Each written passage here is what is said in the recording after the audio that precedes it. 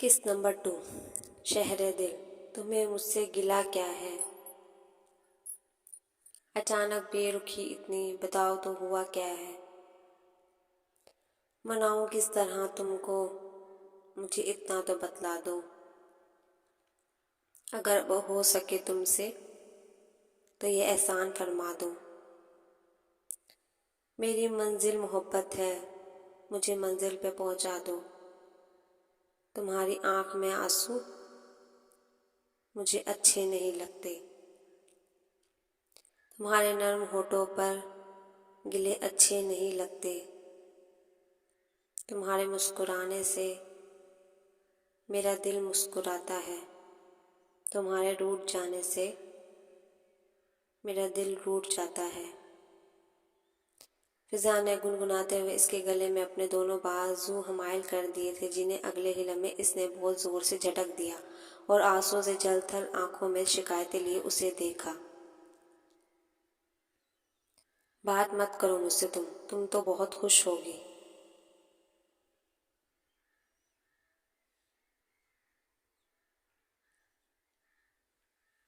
उफ, इतनी बदगुमानी, फिजा कर आई। ये लपकते झपकते पैकिंग करना, ये 16 सिंगार करके तैयार होना किस सिमत इशारा कर रहा है? वो फूले हुए मुंह के साथ बोली और फिजा ने कांधे उचका दिए।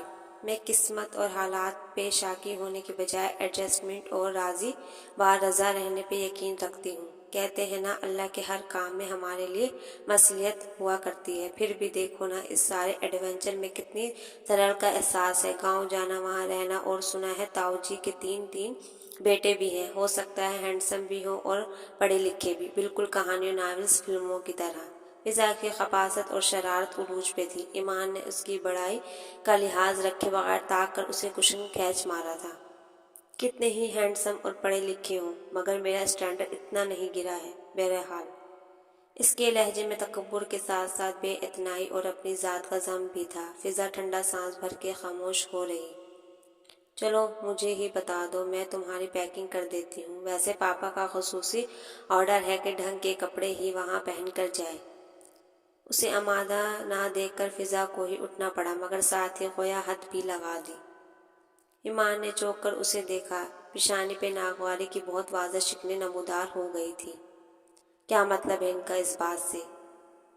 वो किस कदर भड़क कर बोली थी। फिजा जो इसकी वार्डरोब खोले खड़ी थी, इसके कपड़े देखते हुए बोली थी, भाई सीधी सी बात है, पापा ने वहाँ तमाम गैर अखलाकी लिबास पहनने से मना किया है। सिर्फ शलवार कमीज ही ले जा सकोगी। फिजा की वजाहत पे ईमान ने होठों को बाहम भींच लिया और ढूंढ ढांड कर अपने दुपट्टों वाले सूट निकालती फिजा को सुलगती नजरों से घूरने लगी।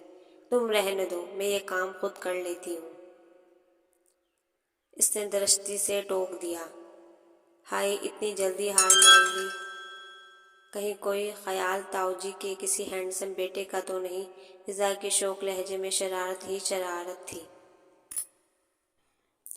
ईमान का चेहरा एकदम गुस्से की सुर्खी से ढक उठा। अब अगर तुमने ये फजूल बात दोबारा की तो मैं सचमुच तुम्हारा सर फाड़ बैठूंगी। वो बोली नहीं, धाड़ी थी। फिजा खौफ सी हो गई। इतना गुस्सा क्यों कर रही हो? अगर सचमुच तुम्हारे दिल ने तुम्हें दगा दे दिया है तो ये तंतना धरा रह जाएगा। वो अब की मर्तबा किसी कदर संजीदगी से गोया हुई थी, मगर ईमान का दिमाग घूम गया था। मुंह से कुछ कहे बगैर इसने फिजा का हाथ पकड़कर बाहर धकेला था और जोरदार आवाज के साथ दरवाजा बंद कर दिया था। फिजा की हंसी की आवाज इसका दिमाग सुलगाती रही थी। उसे कहना, गिले इनसे ही होते हैं जो दिल के पास होते हैं, शिकायत उनसे होती है जो बेहद खास होते हैं। मेरा तुझसे गिला करना, तुम्हें यूं ही दिलासा देना, खफा करना, तेरी तायद के बदले जफा करना, मोहब्बत की इलामत है, ये उल्फत की इलामत है। मोहब्बत में कभी हरगिज उसे दिल पे नहीं लेना। उसे कहना, मोहब्बत की तवक्का इनसे होती है कि जिनसे आस होती है। गिले इनसे ही होते हैं जो दिल के पास होते हैं। ट्रेन की छकाछक, बच्चों का शोर, मुसाफिरों की धमक, पेल फेरी वालों की पाटदार आवाज़ें कुछ भी तो इसके क़यान ध्यान को नहीं तोड़ सकी थी। वह बेहद खफा, बेहद रूठी हुई सी बैठी थी कि ट्रेन में होने वाले इस सफ़र ने इसकी खौफ की शिकायत और अफसरदगी को कितना बढ़ा दिया था।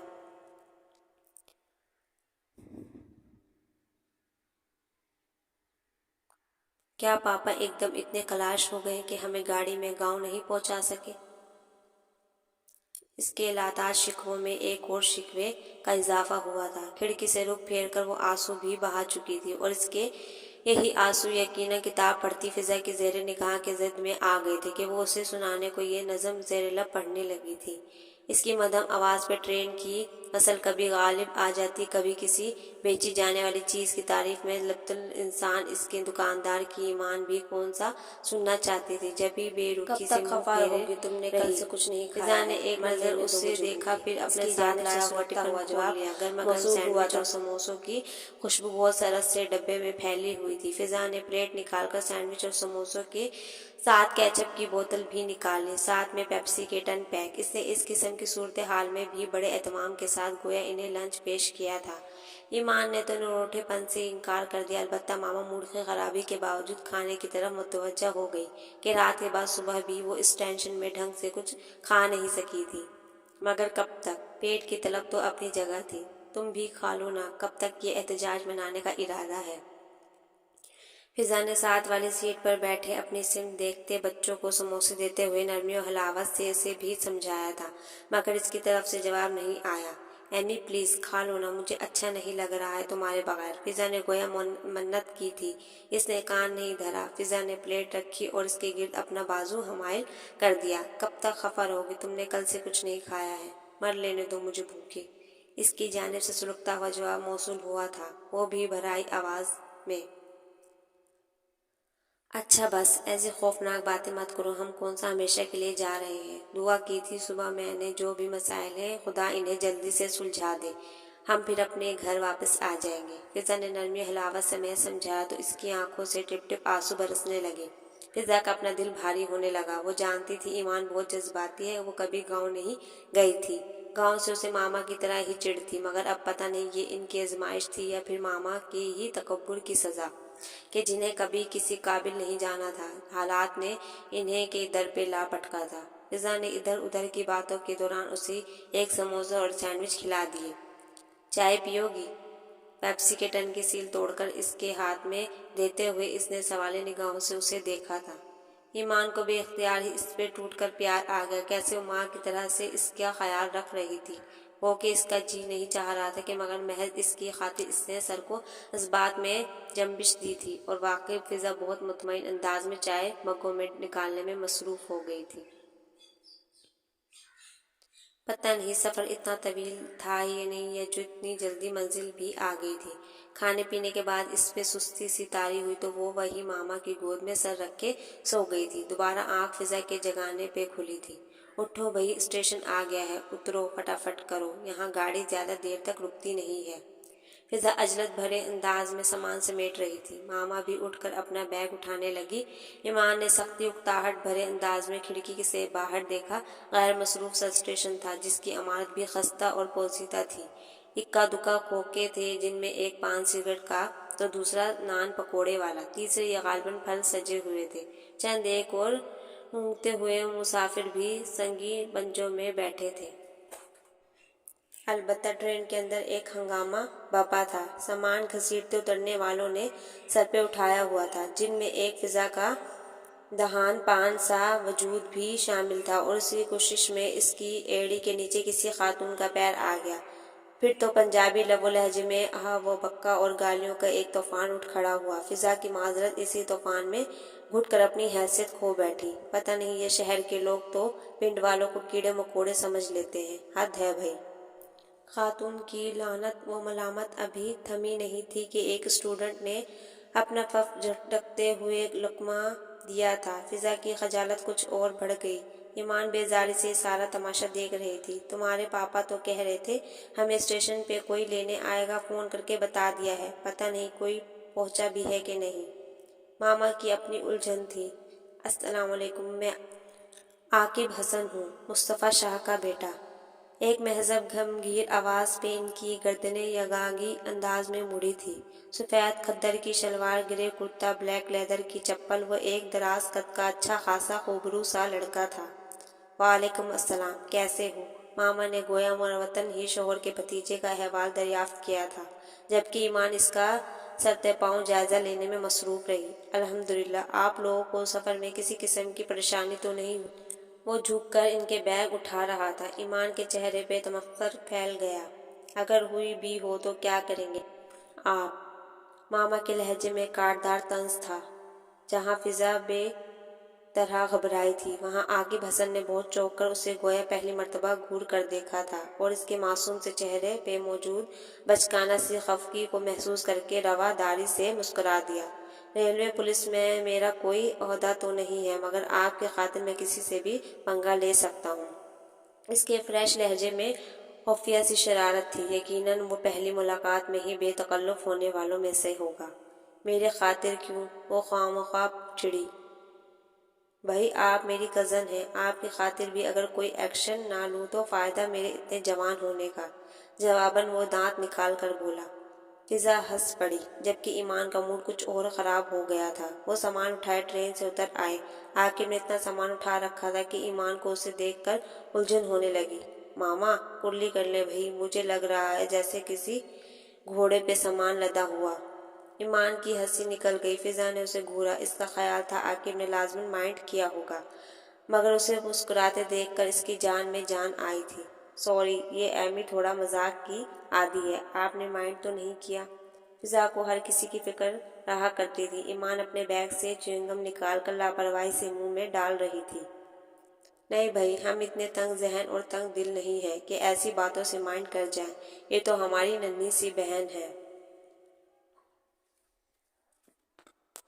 आकिब ने इस शाइस्तगी से कहा तो पहली बार ईमान को थोड़ी सी हिम्मत ने घेरा था। ऐसी ही बातों के दौरान वो लोग स्टेशन की इमारत से निकल आए। सामने एक ही पक्की सड़क थी, जिसके दोनों इतराफ खेत थे। सर्द हवाओं ने इनका इस्तकबाल किया था। ईमान का ख्याल था वो इन्हें टांगे में ले कर जाएगा, मगर उसे एक साइड पे खड़ी सफ़ेद करोला की तरफ बढ़ते देखकर उसे बेख्तियार सुकून का एहसास हुआ। फिजा इससे ताऊजी, ताई माँ, दादा के अलावा वलीद और आशिर की खैरियत दरियाफ्त कर रही थी।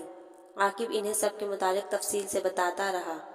दादा बीमार रहने लगे हैं, अब तो यकीनन ठीक हो जाएंगे। इसने अपनी बात के अख्ताम पे कदर शरारत से इनकी सिमत देखा। अब कैसे? फिजा ने दिलचस्पी से इसकी बात को आगे बढ़ाया। डिग्गी में सामान रखकर इन्हें पिछली सीटों पे बिठाने के बाद खुद ड्राइविंग सीट पर आ गया था। इनकी शदीद ख्वाहिशों में से एक ख्वाहिश अपनी पोतियों के साथ वक्त गुजारने की भी रही है ना। जब से आपकी आमद से बाखबर हुए हैं, आधी बीमारी तब से ही रुखसत हो गई है। वो हंसकर वजाहत कर रहा था। ईमान ने ठंडा सांस भर लिया। जाने किस किस की ख्वाहिशों और दुआओं ने आज हमें इस मोड़ पर ला खड़ा किया है। वो नए सिरे से घुलने लगी, जबकि फिजा यकीनन खुश हो गई थी। जब भी इसकी बाँछें खुली जा रही थी, इसने खा जाने वाली नज़रों से उसे देखा और खिड़की की तरफ रुख फेर लिया। खेत के लियान पीछे रह गए थे। अब बागात का सिलसिला शुरू हो गया था। अमरूद, माल्टो और सेब के वसी बागात थे, जिनकी ताज़ा महक फिजा में फैली हुई थी। ये गाड़ी तुम्हारी अपनी है? मामा की चुप टूटी थी और उन्होंने पहली बार कोई सवाल किया था, और फिजा के ख्याल में इंतहाई नामाकूल। नहीं चच्ची जान, ये मेरे दोस्त की गाड़ी है। आप लोगों की सहूलत के लिए इसे लाया हूँ। हम पिछले साल गाड़ी लेना चाह रहे थे, मगर अब्बा ने मना कर दिया। हमारा ट्रैक्टर बहुत पुराना हो गया था। अब्बा चाहते थे गाड़ी की बजाय नया ट्रैक्टर ले लिया जाए हल चलाने के लिए। वो फिर तफसील सुना रहा था। ईमान को क्या दिलचस्पी हो सकती थी? वो बेजारी से बाहर झांकती रही। गाड़ी अब ट्यूबवेल के पास से गुजर रही थी। एक गधा गाड़ी, जिस पे लकड़ी के क्रेट थे, इनकी गाड़ी के आगे आ गई थी। आखिर ने रफ्तार हल्की कर दी। ट्यूबवेल का पानी सरहद से नालों से होता फसलों को सैराब करता जा रहा था। तो क्या तुम लोग भी भाई मुस्तफ़ा के साथ खेतों पे काम करते हो? मामा पता नहीं सारा इंटरव्यू अभी लेना चाह रही थी। फिजा ने आकिब हसन के बैक वे पर से दिखाई देते चेहरे ये बेसादा सी मुस्कान उतरते देखी थी। جی میں تو شہر میں جاب کرتا ہوں، میرے پاس تو بہت کم وقت ہوتا ہے کہ ان کا ہاتھ بٹا سکوں۔ البتہ ولید اور اشر چونکہ ابھی پڑھ رہے ہیں تو وہ ضرور یہ کام دیکھ لیتے ہیں۔ یوں مل جل کے کام ہو ہی رہا ہے، شکر ہے اللہ کا۔ فضا نے بالخصوص محسوس کیا کہ اس کے لہجے و انداز میں ایک مخصوص قسم کی انکساری اور سادگی تھی۔ اوفو، اس کا مطلب آج پھر آپ کو ہماری وجہ سے آف کرنا پڑا ہوگا۔ فضا کو انجانے سے خفت نے گھیر لیا اور وہ اپنے فطری سادہ سے انداز میں ہنس پڑا۔ ارے تکلیف کیسی؟ میرے لیے تو یہ ہی بہت خوشی کی بات ہے کہ آپ لوگوں نے ہمیں اس قابل سمجھا کہ یہاں کچھ وقت گزارنے کے لیے آئے ہیں۔ آپ کا اپنا گھر ہے۔ گو کہ عاقب کا انداز ہرگز بھی بہلانے والا نہیں تھا۔ اس کے باوجود ایمان کے دل میں ایک تیر سا پیوست ہو گیا۔ اس نے ایک بار پھر خود کو اسی یاسین کے حصار میں گرتے محسوس کیا تھا۔